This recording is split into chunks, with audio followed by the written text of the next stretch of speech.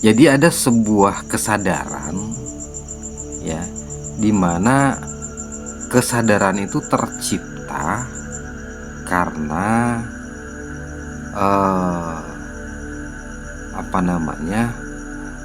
alam nyata kita itu dijejali oleh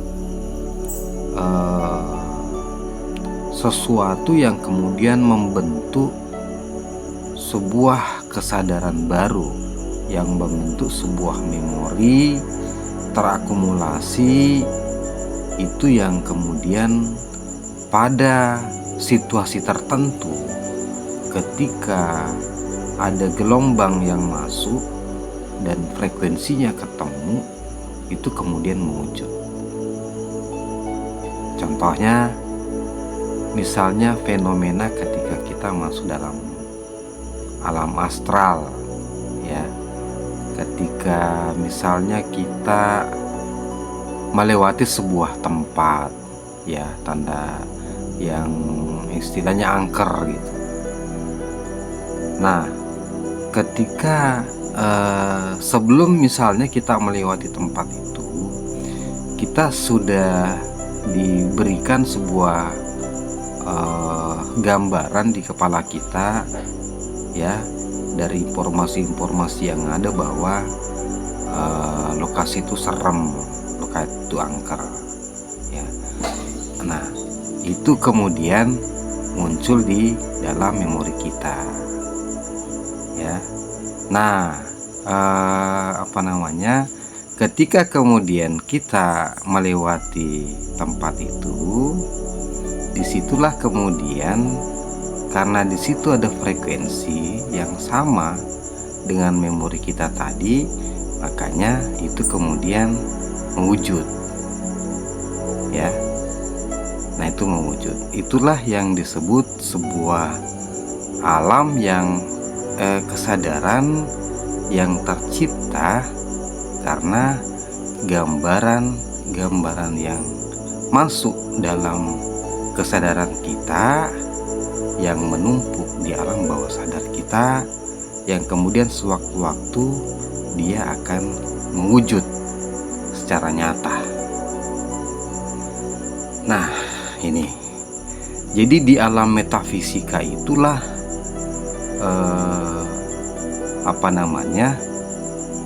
di alam kesadaran metafisik itu sebenarnya adalah di situ terjadi sebuah pertarungan, ya, di mana yang satu menarik kita untuk masuk kepada alam rendah, kesadaran tingkat rendah, di alam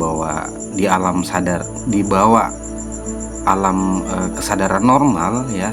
Kemudian yang satu lagi ada yang mencoba menarik kita untuk masuk kepada alam kesadaran ultra itu. Nah, jadi ketika kita terjebak kepada alam bawah sadar tadi, disitulah kemudian kita tidak bisa lepas dari hal-hal yang kemudian menjebak kita dalam ilusi-ilusi ketidaksadaran gitu, ya. Karena kenapa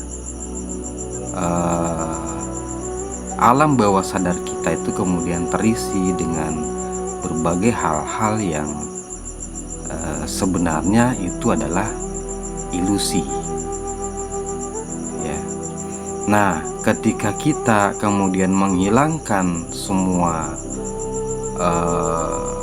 pengaruh-pengaruh gelombang rendah tersebut, maka kesadaran kita kemudian akan ketarik ke kesadaran ultrasonor, ya.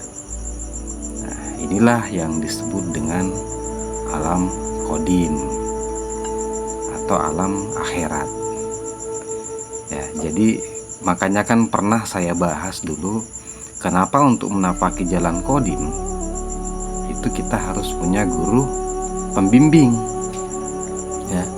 Karena memasuki alam metafisik itu, alam metafisika, nah itu di situ sangat-sangat kompleks ya. Karena itu adalah alam gelombang, dan di situ berbagai macam gelombang bisa menyambar kita ya. Di situ terlalu banyak hal-hal yang kemudian akan membuat kita bisa masuk pada kesadaran di bawah dari kesadaran normal ya. Nah, dengan adanya guru pembimbing rohani itu kita tidak bakalan tersesat di situ, karena yang di alam metafisika itu harus selalu ada yang tempat kita berpegang, yang membimbing kita untuk menuju kepada kesadaran tinggi itu tadi ya, kesadaran ultrasonor, kesadaran yang gelombang yang mengarahkan kita kepada kesadaran puncak, kesadaran tertinggi, kesadaran yang menuju kepada Sang Maha Rohani. Nah itu. Jadi ketika kita mau coba-coba untuk masuk ke dalam, ya bisa jadi kita akan ketemu dengan sebuah gelombang yang seolah-olah mengarahkan kita kepada Tuhan ya, tetapi ternyata itu malah menjauhkan kita dari Tuhan ya. Itu karena ya seperti misalnya gelombang-gelombang yang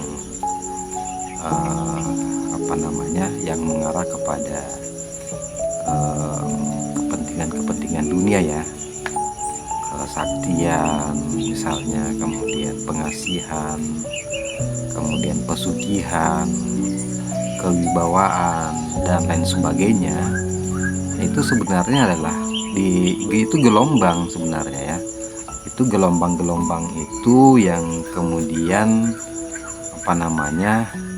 akan menarik kita untuk menjauh daripada gelombang yang mengarahkan kita kepada yang Maha Qadim. Walaupun mungkin di situ ada ritual-ritual atau laku-laku yang seolah-olah menggunakan simbol-simbol agama gitu ya. Misalnya memberikan wirid-wirid tertentu, memberikan raja-raja tertentu, huruf-huruf Quran ya, dan sebagainya gitu ya. Tetapi sebenarnya itu malah mengarahkan kita kepada kesadaran yang menjauhkan kita untuk menuju kepada Sang Maha Rohani itu. Jadi makanya saya dulu wanti-wanti banget, jangan coba-coba masuk ya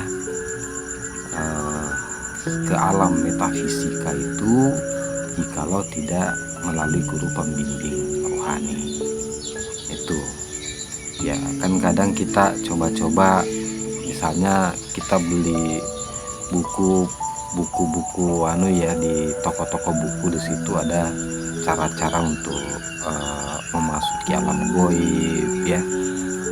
Banyaklah kemudian coba-coba bersemedi di tengah malam, atau banyaklah ya, karena saya juga pelaku pernah melakukan hal seperti itu ya.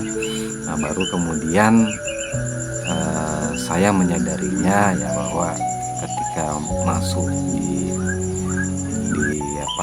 sekolah tempat saya belajar saat ini, di situ saya baru memahami bahwa kenapa ketika kita akan masuk di alam metafisika itu kita harus punya guru pembimbing